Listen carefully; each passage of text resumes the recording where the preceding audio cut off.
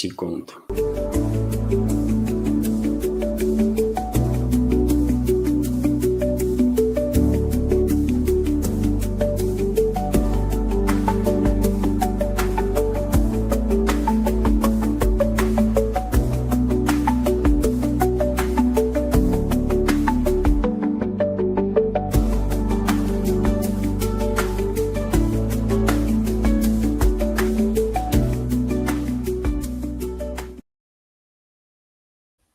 Hello everyone, and many thanks for joining this stream news update from Moscow, morning news update. And many thanks to all the members of our community who will either join later on or will watch video after stream ends. Today is 11th of June. Now it's 11 o'clock in the morning Moscow time, and I have prepared quite a number of news on some major developments, and hopefully you will find this update informative and useful. Before I start, I will just notice that I received one question from member of our Patreon community, and after news segment I will react on that question. If there will be any more questions during the live stream itself from support platforms for this project, either PayPal or Boosty or in a super chat on Rumble, of course, I will react on those questions or the comments too. And if it happens that you will send question, but I would not manage to answer during the stream today, then I will answer to that question during the next stream. So I'm definitely not going to miss your question or the comment. That's been said, dear friends, let's go through some news now. And well, let's start with this report from TASS News Agency that second stage of exchange of POWs between Russian and Ukrainian sides did take place. Details were not provided by either side about number of POWs that were exchanged, but what is known for now is that this exchange is taking place based on agreements between the sides that was reached during the recent second round of direct talks in Istanbul, and overall at least 1,000 POWs should be released by both sides, should be exchanged by both sides. First of all, wounded and ill POWs will be released or exchanged, and also POWs under 25 year age. So clearly progress in humanitarian area when it comes to this crisis. Although, by the way, we have also this report from RIA Novosti that Ukraine has directly refused to take their bodies of Ukrainian soldiers that Russia was ready to transfer, also based on agreements in Istanbul. For a second week now, Russian side is trying to transfer these bodies of killed Ukrainian military personnel, soldiers and officers, but Kyiv regime is refusing to accept this transfer. In previous updates, I explained my view why Kyiv regime is acting this inhumanely towards this killed military personnel, towards family members of this killed military personnel. I guess many members of our community are on the same page with me on that Kyiv just is trying, while refusing to accept these bodies, is trying to maintain its false narrative about losses in Kyiv regime's forces, and also Kyiv regime is just trying to avoid payments, compensations to be paid to family members of this killed military personnel. I remind you, dear friends, that very often this Western-backed terrorist regime of Zelensky is designating killed military personnel as either deserters or as missing in action, so that this way they are avoiding to pay compensations to family members of this killed military personnel. I give you a little more details from this information. Ukraine has directly refused to take their bodies of Ukrainian armed forces soldiers said Foreign Ministry spokesperson Maria Zakharova. We have a quote from her. This was not just a mumble, not a request, for example, because the Ukrainian side lacks the scientific and the technical capability, because this is identification, preservation to postpone this, or let's say transfer in parts in batches, or let's say transfer those that from our point of view we were able to establish the identification. Nothing of the sort. A direct refusal turning into mockery and derision on not of us but of their own, she said on the air at the Sputnik radio, and she definitely has a point. The regime is clearly insulting memory of this killed military personnel that were sacrificed by this regime and its NATO backers, and the Kyiv regime is mocking basically relatives of this killed military personnel. Yesterday, I shared on my Telegram this information. For example, I mean, people in Kyiv already are very much upset. Not everybody knows that Russia is, for second week now, is trying to transfer bodies of killed military personnel to Kyiv regime, because controlled media, so-called media in Ukraine is not really reporting about it. But through other means, number of people are managing to know what is happening, and already are trying to go through a list of this killed military personnel that Russia is transferred to, ready to transfer to Kyiv regime, and finding their relatives. This was reported, for example, by Ukrainian journalist and the public figure in exile, Anatoly Shary. He stated yesterday that he knows, he has direct information that many people have found their relatives that were designated as missing in action in the list that was published in Russia of this killed Ukrainian military personnel. And also artist journalist, artist correspondent Kostya Pridibailo conducted a little investigation. He went through some videos that was published in Ukrainian propaganda outlets earlier. And for example, there was a video where person under the name of Oksana, woman under the name of Oksana, was in tears, was asking to a released POW, Ukrainian POW, if he have heard about her husband.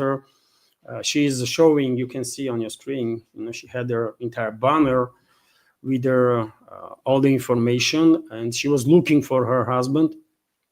And this POW, this particular released POW, did not knew that person, but well, as I said, artist journalist conducted a little investigation, and he found out that person that she was looking for is in the list of killed Ukrainian military personnel that Russia is ready to transfer to the regime. So if she has access to media outside of Ukraine, if she has access to Russian media, probably she will learn that, well, her husband being killed, he is not missing in action, not a deserter, but was killed in action. And maybe if she and many other people that are looking for their family members, if they will find their names in this list that was published in Russia, maybe if they will contact somehow Russian side, Moscow would not be against to take this humanitarian gesture and transfer bodies of these killed military personnel directly to their family members. Although in that case, you can understand, in that case, these families will never receive no compensation from Kyiv regime. Although it is also not a fact that Kyiv regime will even has any intention to pay compensations anyways. So this devastating situation really in Ukraine for families of the killed military personnel. And well, yet again, I don't even know what they can do other than directly contact Russian side if it's possible, and maybe Moscow will take some humanitarian gestures and help them to receive their loved ones that were killed in action. Otherwise, I mean, does Moscow has any much option left? Maybe a couple of more days, Moscow will try to transfer this killed military personnel to Kyiv regime side, and if Kyiv continues to refuse, as it does until now, then I guess cemeteries will be created somewhere, and this military killed Ukrainian military personnel will be buried in those cemeteries. That's it. Despicable steps from Kyiv regime, but what else do you expect from those scum of humanity, really? That Zelensky and his criminal associates are, and their Western backers, basically. Also interesting news that was published in Russian media. I shared this information on my Telegram and Twitter X page that Ukrainian authorities have begun mandatory evacuation of 7 villages in the Kharkov region. Evacuation has been announced in the 7 settlements of the Shevchenkovka community of the Kupiansk district. The media reports this measure affected the villages of Baranovka, Berezovka, Novonikolaevka, Spodobovka, Staroverovka, Duvanka, and Fyodorovka.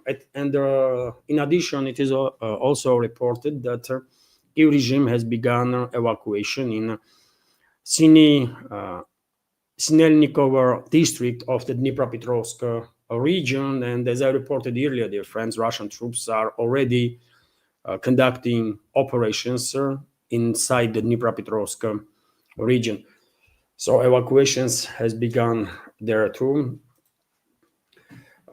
Also, I want to share with you this information, dear friends, that potentially during the last several days, United Kingdom have lost some quite significant number of its intelligence and military assets in Ukraine. And for example, there was a drone strike in Odessa. That was a day before yesterday, I believe. And during these strikes, hotel building was annihilated, basically, in which, in my personal opinion, and according to a number of other sources, not just Kyiv regime's military personnel was housed, but also British intelligence and military assets. I shared this information and video also on my Telegram and Twitter X page, but let me show you a video, by the way, of that strike. For example, this is there is one explosion that hit hotel building, and another one hit manufacturing plant, where most likely maritime drones were assembled together by British and Kyiv regime's specialists. And this is not all, dear friends, when it comes to strikes potentially on British assets in Ukraine. Yesterday, I shared also another video. This one, you see Russian missile strike on an offshore platform. Let me turn out the sound. So let's see it once again. You can see missile is closing into platform, and then massive explosion. And yet again, because this is southern sectors, by the way, we all know that on southern sectors, usually it's UK's military and intelligence services that are overseeing operations that formally are conducted by Kiev regime. So, and when it comes to this platform, by the way, according to reports, there was a drone launching equipment there, also electronic warfare systems, communication systems, and drone refuel points. Basically, it was a base, right? Military base, and potentially British military and intelligence assets were also located there, not just Ukrainian military personnel. And this is not all. Day before yesterday, I reported to your friends about relatively large-scale Russian missile and drone strikes on military and logistical infrastructure of the Kiev regime, including inside the Kiev. And one of these strikes hit a building that was used by a UK as a visa center, but that visa center was shut down some time ago. Since the beginning of special military operation, according to information in the media, and most likely that building after that was used by, yet again, British intelligence and military assets. And maybe you have seen videos or the photos of that building. It's almost completely destroyed. And if in that building British assets together with the Kiev regime's assets were based, then probably they did suffer at some very significant losses. Hard to tell, obviously, because UK officially is not recognizing presence of its military and intelligence assets in Ukraine. But we all know that British assets are operating there almost basically since the beginning of special military operations. Some were presented in Kiev-controlled territory even before special military operation began, and they have suffered very significant losses in the last 3 years. Intelligence assets, military assets, SAS formations, by the way, entire units of SAS were exterminated, basically. And there were many instances when bodies of these SAS soldiers or officers were transferred to other side as an exchange of killed military personnel. Obviously, all this information is going to be classified in UK for quite a time, but at some point, probably British public and public worldwide will learn how many military and intelligence assets UK lost in this proxy war against Russia, and the number is going to be definitely in hundreds, by the way, in hundreds. At some point, I don't know what kind of pressure London is putting on the family members of these killed British assets, but at some point, some of them gonna start talk, even if they have received their huge compensations, and if they sign up for some papers that they cannot disclose any information. Some of them gonna start talk because they lost family members, right? In a conflict in which UK should not be engaged at all, because last time I checked, London did not declare war on Russia.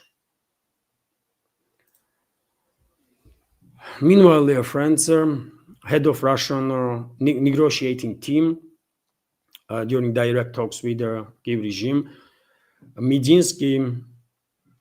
Vladimir Medinsky, gave an interview to Wall Street Journal and made quite interesting statements. Let's go through this information. For example, I don't know what is wrong with their Chrome again. Unbelievable, man.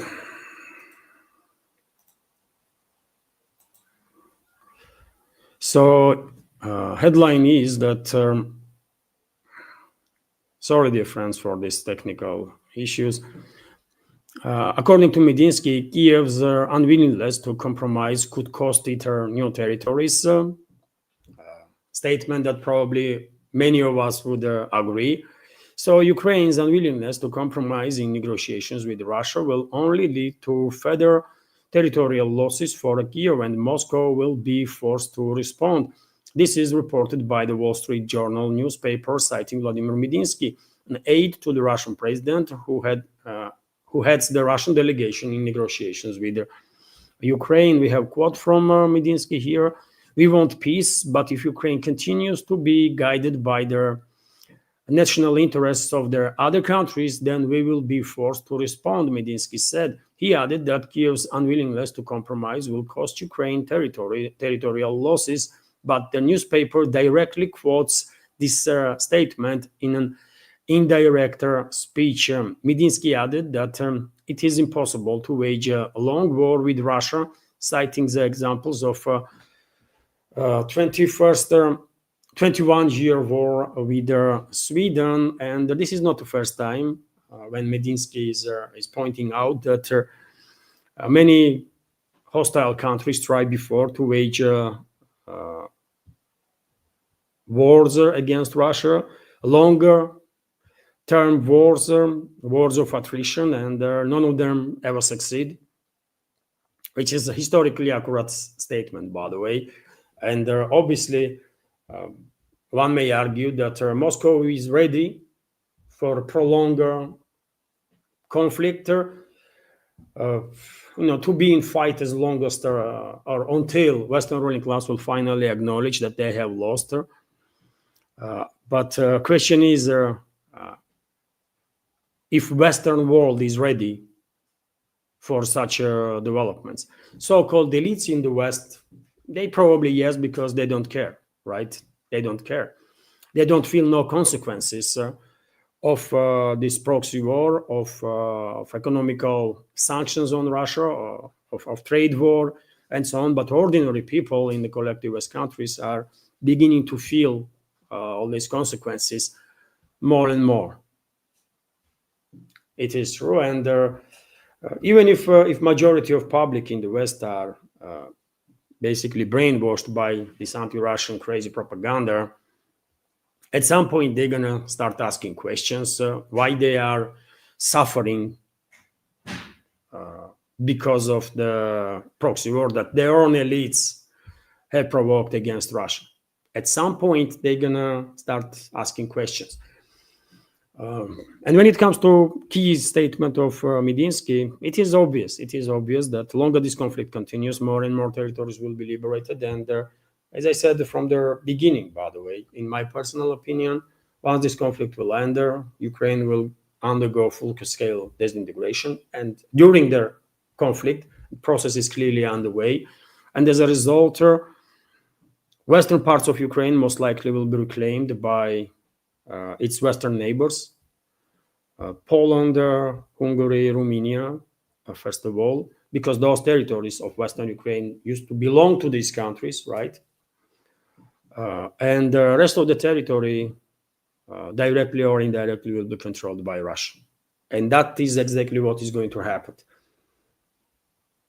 It's just, that's my reading of the big picture anyways.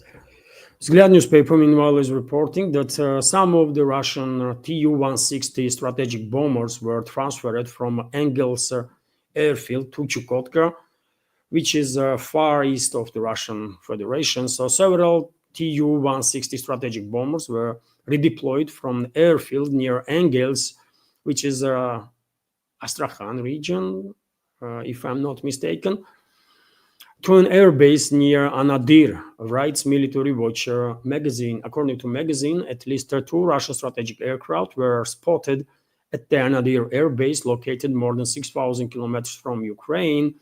The publication notes that such data is based on satellite images. The publication also notes that the range of Kh-101 or Kh-102 cruise missiles, Russian cruise missiles, which the Tu-160 is equipped with, is 5,000 kilometers. So basically, redeployment of these planes far away from Kiev-controlled territory will not really affect their capabilities to, if necessary, participate in strikes against military and logistical infrastructure of the Kiev regime and launch its payload. But this is, I will say, reaction one of the reactions of the Russian Federation on recent attacks on Russian nuclear triad. And I think it will not take too long, and Russia will begin building shelters for its strategical bombers. That should be done before, by the way, but due to START treaty and SWORD treaty, Russia was obliged to station its strategical bombers in open space, as US does, right? And I guess Moscow did not anticipate that Washington would share this intel with or use this intel to basically orchestrate attack, preemptive strike, basically on Russian nuclear triad. But Washington did it, right? Now, some media outlets in the West and some even in Russia are trying to kind of whitewash Washington as if US was not involved in recent attacks on Russian nuclear triad, just UK. But I don't believe in that, and I want, as an ordinary citizen of Russia, US and UK to be punished for these attacks on Russian nuclear triad, and hopefully that is exactly what is going to happen. One way or another, but Russia has to retaliate, and retaliate in such a manner, yet again, directly or indirectly, which means preservation of a plausible deniability, but retaliation has to happen in a scale that is similar, and so everyone before end of time will learn that nuclear forces are untouchable. This is just too serious stuff to be attacked in any circumstances, because it might provoke a full-scale nuclear exchange between major nuclear superpowers. So retaliation is going to happen, and the UK and US will pay heavy price for their attack on Russian nuclear triad. And Kyiv regime will pay also, obviously, but we all understand that Kyiv regime was used as a cover, basically. This operation, this attack on Russian nuclear triad was conducted by CIA, and that means by Washington, by US, and by MI6, which is London, right? United Kingdom, and these countries have to be punished for that. Period. Meanwhile, on the very topic of recent nuclear strikes on Russian nuclear triad, deputy of the Russian foreign minister, Ryabkov, made some statements. For example, he said that no significant damage to our nuclear deterrent against US or any other potential adversary had happened after those strikes. The scale of consequences is being deliberately exaggerated by Kyiv, according to Ryabkov. Yet again, Ryabkov has a point. Obviously, Russia's capabilities for nuclear strike still huger. And let's be real here, Air Force was not really key segment of the Russian nuclear deterrent. Key segment is nuclear submarines, right? And therefore, yes, one may argue that no significant damage was done to Russia's nuclear deterrent or the capabilities to launch large-scale devastating strike on enemy, nuclear strike if necessary. But nevertheless, Russian nuclear deterrent was challenged, right? And response have to be, and not just the Kyiv regime, by the way, because it's laughing. It will be laughable, right?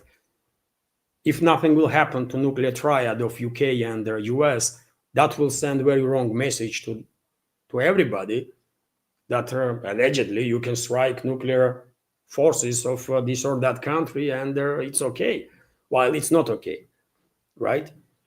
So therefore, in terms of military capabilities, well, even though unfortunately a number of planes were damaged and destroyed completely beyond repair, according to some reports, yet again, allegedly, because we don't have official statements on that. Obviously, main main capabilities, main force of Russian nuclear triad is very much intact and ready to take action if necessary. So in that case, yes, in that regard, Ryabkov is correct. But still, by the way, you cannot ignore attack on your nuclear triad, and therefore I expect something similar to happen against US and British nuclear forces. I think UK has far too many nuclear submarines, by the way. It's 4 in reality, I believe, and only 1 is operational, very rarely 2 from these 4. And I think, UK don't need no submarines, man, whatsoever. UK has to pay heavy price dearly for attack on Russian nuclear triad, and US, by the way. US also has far too many aircraft carriers, far too many nuclear submarines, far too many bombers. I mean, Diego Garcia Island basically can be obliterated, right? Military base of UK there, which is used by US to deploy its long-range or strategical bombers, right? And in US itself, by the way, I mean, it's all in open sources, isn't it? Where B-52s are located, where B-2s are located, where B-1s are located. And well, I expect something to happen to these forces. Something of similar scale, so that everyone will learn the lesson. Meanwhile, RIA Novosti is reporting that Russian Deputy Foreign Minister warns of the risk of a conflict in the Baltic Sea. Well, I have spoke about possibility of direct clashes between Russian and NATO forces in the Baltics for quite a number of times. And well, Foreign Ministry seems like is on a very much same page. The Baltic Sea, against the backdrop of the demonization of Russia, is becoming a zone of military confrontation with the risk of conflict breaking out at any moment, warned Deputy Foreign Minister of the Russian Federation, Alexander Grushko. We have a quote from his statement. Now, as a result of the artificial confrontation that is being imposed, the demonization of Russia, the region is turning into an arena of military confrontation, which can at any moment produce sparks that will ignite the flame, the diplomat said. And I mean, key point in his statement is at any moment. I think he's saying that at any moment we might see some sparks in the Baltics that will ignite a flame or the larger conflict. And this statement of high-ranking Russian diplomats should be taken very seriously if Western so-called elites are even capable of taking anything seriously, because if sparks are provoked and their fire is ignited, then it's going to be too late. It's going to be too late. Conflict, direct clashes in Baltics between Russian and NATO troops may not transform into a full-scale nuclear exchange between Russia and the US, let's say, and I'm not even mentioning UK and France, by the way. Those chihuahuas are not really much for Russia, right? One Russian submarine, literally, one Russian nuclear submarine can obliterate both countries, by the way, with one salvo, right? US is a bit different story. But anyways, I don't think escalation in the Baltics and even direct clashes will provoke immediately full-scale nuclear exchange between Russia and US, main nuclear powers in this world. But risk is there. Risk is there. And unfortunately, as time goes by, I'm more and more convinced that it's only a matter of time when this confrontation will actually happen. It's not if, but the question is in not if, but in when this conflict will happen, because clearly West is escalating with intention to provoke conflict with Russia, especially European NATO member states. And also interesting statement from new Russian ambassador into US. He gave his first interview and made some quite interesting statements. So the a new round of talks between Russia and the US on some issues that sides are working on to be held in Moscow in relatively short time, which is very interesting, isn't it? Not in Istanbul, by the way, but in Moscow. And the next round probably will take place in Washington. So Russia and the United States have made a preliminary decision to move consultations on eliminating irritants in bilateral diplomatic relations from Istanbul to their subsequent capitals. And the new round of such talks will take place in the very near future in Moscow. This was reported in an interview with us by Russia's ambassador in US, Alexander Darchiev. Interesting news. And also, I shared this morning some additional information from his interview, some key points. And I shared this information on my Telegram and Twitter X. And let's go through these key points here. Putin-Trump meeting not yet is set, while high-level direct contacts between Russia and US is being considered. There are no finalized plan for a meeting between President Putin and Donald Trump, Darchiev said, which is quite understandable. US just about a week ago striked Russian nuclear triad together with UK, right? And definitely now it's not a time to have talks with US leadership, for sure. I mean, Trump had his chance and he blew it up, right? And I don't really understand why commentators in the independent media are trying to downgrade what happened here. Why they are pushing this narrative that Trump did not know. You know, there is some rogue elements in CIA and they were operating independently and together with Brits, right, British Secret Services, but Trump himself did not know. I mean, are you serious? What that means, that who is in charge in US, for God's sake? Then tell us that too, right? If you are pushing that crazy narrative. Of course, Trump knew, by the way. He was briefed on this operation most likely at least a couple of times since he took the office. And before strike happened on Russian nuclear triad, he most likely was briefed and he authorized this attack.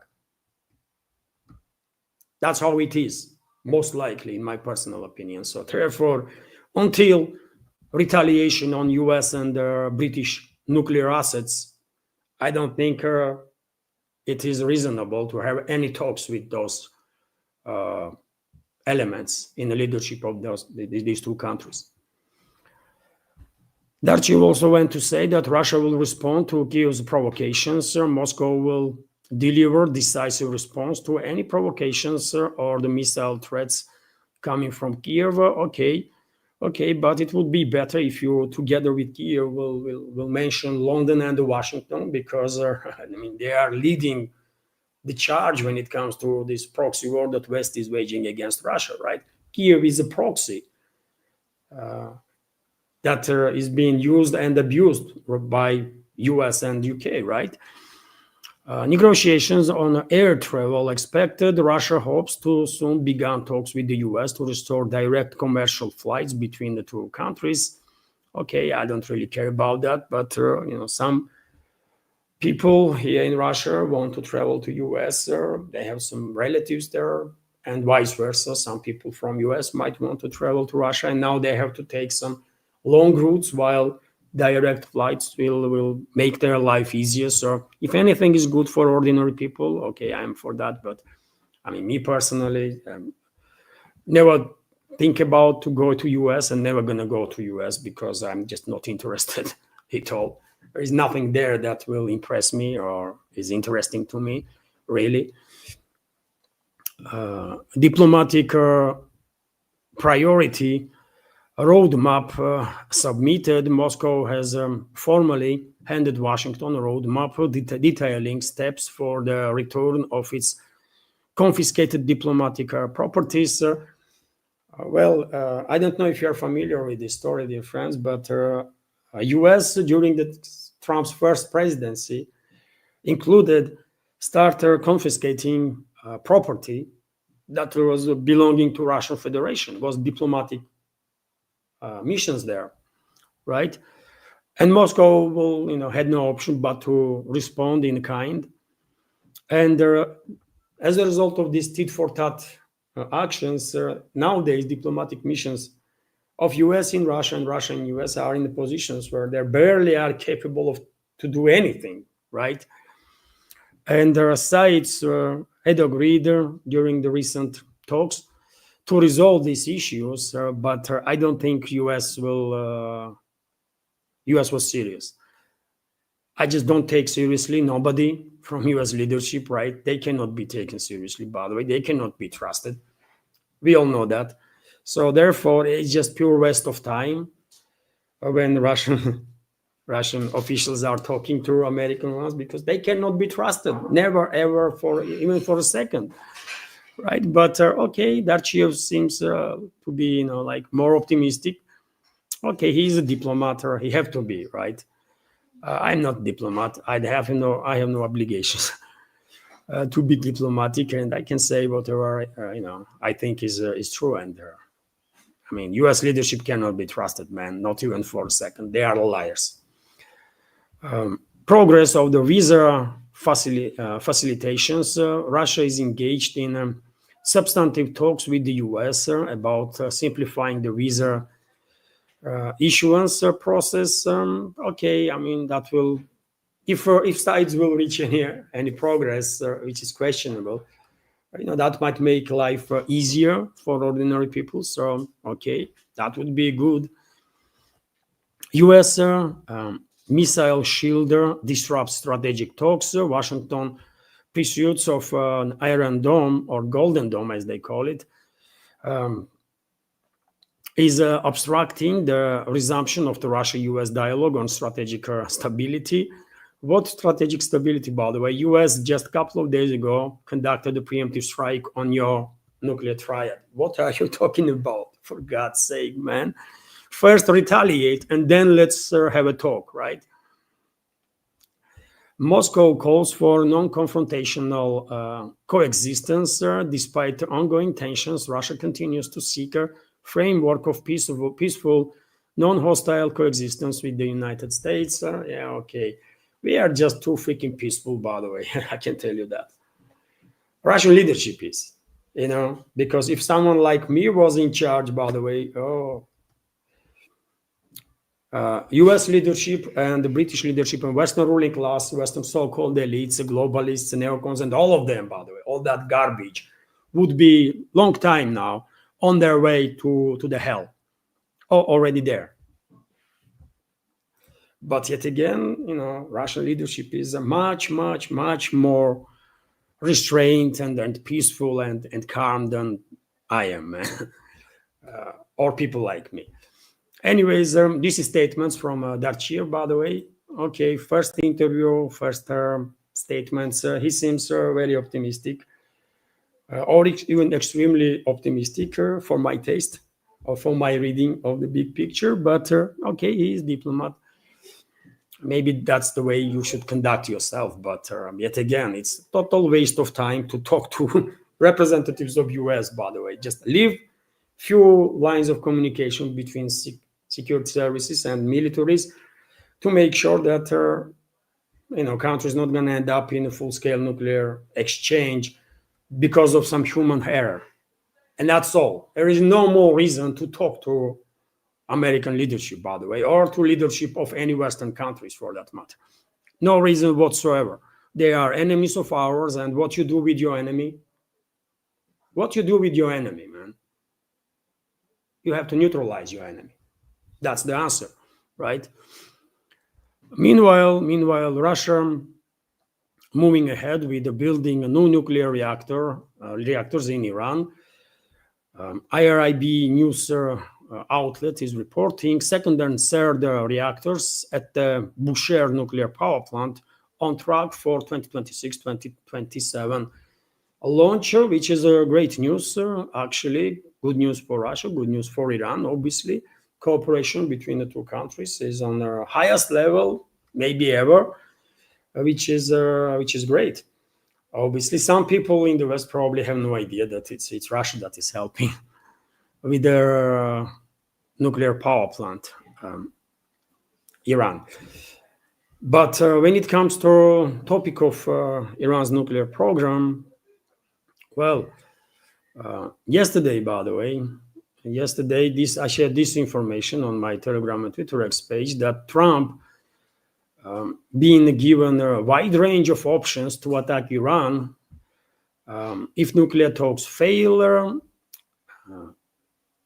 CENTCOM commander Kurila stated, and well, Trump himself went to say yesterday that he is not happy with their talks with Iran, and Iran is taking tougher stance and that kind of stuff. And I have impression that, well, US is about to walk away from these talks, as I predicted, by the way. Washington was never serious, never honest actor in these talks with Tehran.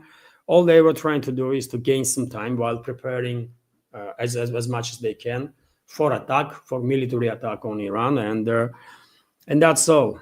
Really, Iran did compromise, did come up with initiatives that should be acceptable for everybody, especially if one has concerns about enrichment program of Iran. But because US was never honest, they ignored these compromising steps from Iran's side. And therefore, as I said many times before, it's only a matter of time when US, Israel, number of other their allies will attack Iran, and well, I hope people of Iran and Iran's militaries and security services, government, state institutions are ready to defend themselves, because they are going to come under attack. 100%, by the way. There's no doubts about that in my mind. And I also hope Russia and many other BRICS member states, and Iran is also a BRICS member state. I hope Russia and many other countries from BRICS and in wider world will provide Iran with all the assistance that they will they will need to repel enemy attacks and to deter as much damage to enemy forces as possible. Yeah. And probably that will happen. Iran will receive from its friends all the support that it will need. RT is also reporting that curfew is imposed in Los Angeles following days of riots. So curfew has been imposed in downtown Los Angeles following several days of riots and the looting sparked by immigration raids. The restrictions will be in effect from 8 p.m. to 6 a.m. local time. Mayor Karen Bass announced on Tuesday police will arrest anyone violating the curfew, which is expected to remain in place for several days. Well, riots continue in Los Angeles. I saw some reports that there was some sort of riots in San Francisco also. In Texas, by the way, these riots moved into certain areas of Texas. So this process is widening, kind of, according to reports. Rioters were noticed in Chicago, which is North America, right? North US. And, well, they are spreading, and all this process is definitely looks more and more like some sort of organized process, organized operation. What is the final task or main task of this process? I cannot tell. Maybe to jeopardize White House, Trump, and maybe even to somehow, through further escalation, force Trump out of the White House. Maybe, I don't know, through impeachment or any other way. But clearly, this whole process is looks like being orchestrated by whatever forces. And well, you're gonna laugh, dear friends, when I tell you about this news. Elon Musk is backing down basically after accusations against Trump that he made. He posted on his Truth Social, and this is quote, by the way, "I regret some of my posts about President Donald Trump last week. They went too far," Elon Musk writes. And even though he's saying that these posts are, and of course, first of all, he means post about Trump being in a list of Epstein. Although in this post, by the way, Elon Musk didn't say was he lying that Trump is on an Epstein list or he was not. Was he lying? That's the question, you know. And this post from Elon does not really give us answers, you know. And I don't think he was lying. I just don't. He was saying the truth, in my personal opinion. And I would not be surprised at all if he even has some factual evidences to prove what he said last week. But yet again, he is backing down, so that means that probably certain forces spoke to him and tell him that either he is backing down or he is finished. And he decided to leave his life. And that's all, really. But when it comes to his claims that Trump is on Epstein's list, I believe that is true. Trump and Epstein had quite a long relationships, and there is videos and photos of that decades old, by the way, decades old, right? So therefore, I mean, I think Elon Musk was saying the truth, and Trump is on that list and has committed crimes. But yet again, my personal opinion, you might agree or not, but that's what I think. Kommersant newspaper, meanwhile, is reporting that European Commission basically proposes to lower Russian oil price ceiling to $45 per barrel. Now this price cap stands on $60. This is going to be this additional sanction is going to be a part of 18th sanctions package that EU is working on. And well, I'm going to share with you this information too, that Putin, President of Russian Federation, Vladimir Putin, extends ban on oil supplies under contracts with their price ceiling for 6 months, which means that Russian energy companies are prohibited to sell oil under this price cap that the EU is imposing.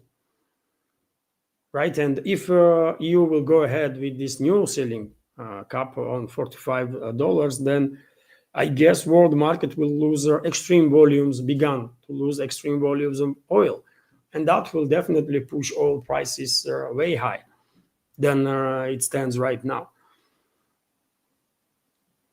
Let's see. But I think personally that even $45, by the way, is Russia can deal with it. Even $30, by the way. Oil income or energy income in Russian Federation is about like 25 to 30%, right? And Russia can deal with it.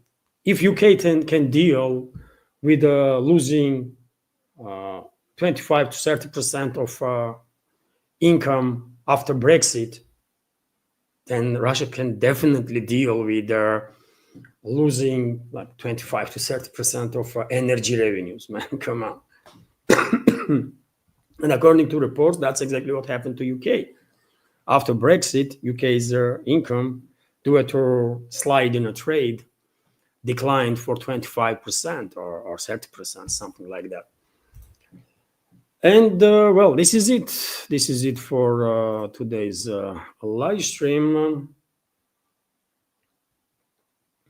Hopefully you will find you did find this news segment informative and useful. And dear friends, let me know a new segment is over. And let me now react to this question commentary that I received from a member of our community on Patreon. So I will read it if I may. Joe is writing, "Hi Levan, China would have no other option but to side with Russia, as Russia would soon become the biggest supplier of resources to China. Russia and China also provide the African countries with the resources like grain and fertilizers. Therefore, I believe the escalation between US and Russia plus China could exert additional pressure on Africa as UK, France, and US would join in to uphold resource plundering in Africa. South Africa stands fully behind Russia. I would like to know if Russia would support South Africa against extremists organized by the US CIA and the UK MI6. We have a US military base on our border in Botswana. It just spells invasion rather sooner than later. How such a South African government will deal with this future crisis remains a mystery. If someone in your community know or could provide insight into this threat, it would be nice to get their view as well as your view." Thank you very much, Joe, for your question and commentary. Question part is if there will be some de-escalation between US and Russia, that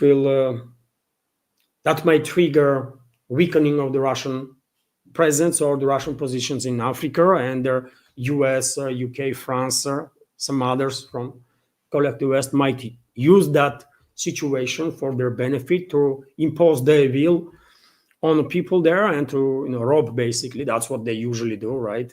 Whenever they go. And I can tell you that this is not happening, by the way. There's going to be no de-escalation between Russia and the US. I mean, no, it's just impossible, right? US just conducted a strike on Russian nuclear triad. How do you think are we going to de-escalate with them? It's not happening. I mean, sides might continue to talk, but Russia and US definitely not on their path to become best friends, by the way. Yet again, unfortunately, I'm saying this, while acknowledging that this is very unfortunate, because I see no reason why US and Russia should be this hostile to each other, or they're hostile in general, right? But, US is controlled by criminals, right? Historically speaking, I mean, at least after Kennedy's assassination and deep state, neocons, globalists, they have such a grab there that people in US will never be able to reclaim their country. So therefore, we are just we just have to face the reality and deal with it, right? So US is never gonna be adequate country. It's always gonna be danger for everybody, even if for its own allies, so-called allies. But yet again, Russia and China are not going nowhere from Africa. Exactly opposite will happen. Presence of these two countries will only increase. And when it comes to relationships between South Africa and Russia, South Africa will receive whatever assistance is necessary from Russia. I have no doubts about that. South Africa will receive whatever assistance Moscow can provide to deal with whatever threats, including threats from assets of the US inside the South Africa or on its borders. But you mentioned potential invasion of South Africa. I mean, that is the step that I don't think US will take, because they just are not in a position, by the way. US ruling elites loves to brag about how powerful they are, but in reality, they are on decline, right? And capabilities of US is much more smaller than, let's say, in 70s and 80s. on a global scale, right? They are just good in PR. They are good in public relations, and they are many people are failing to their propaganda that they are this powerful and that powerful. Come on, man. So I don't think US gonna dare to attack South Africa directly from Botswana or from whichever side. And when it comes to last point of your commentary, unfortunately, for quite some time now, I'm not doing interviews. I'm not inviting guests to my show, but I may resume. I might resume these programs when I was inviting guests, and I will definitely keep in mind your question, and I will try to invite person if I will resume interviews to invite person in a live stream who has competency to talk about these issues in much more detail. So I will keep that in mind. Once again, Gerald, thank you very much for your question and for your support through Patreon platform. And was there any super chat on Rumble?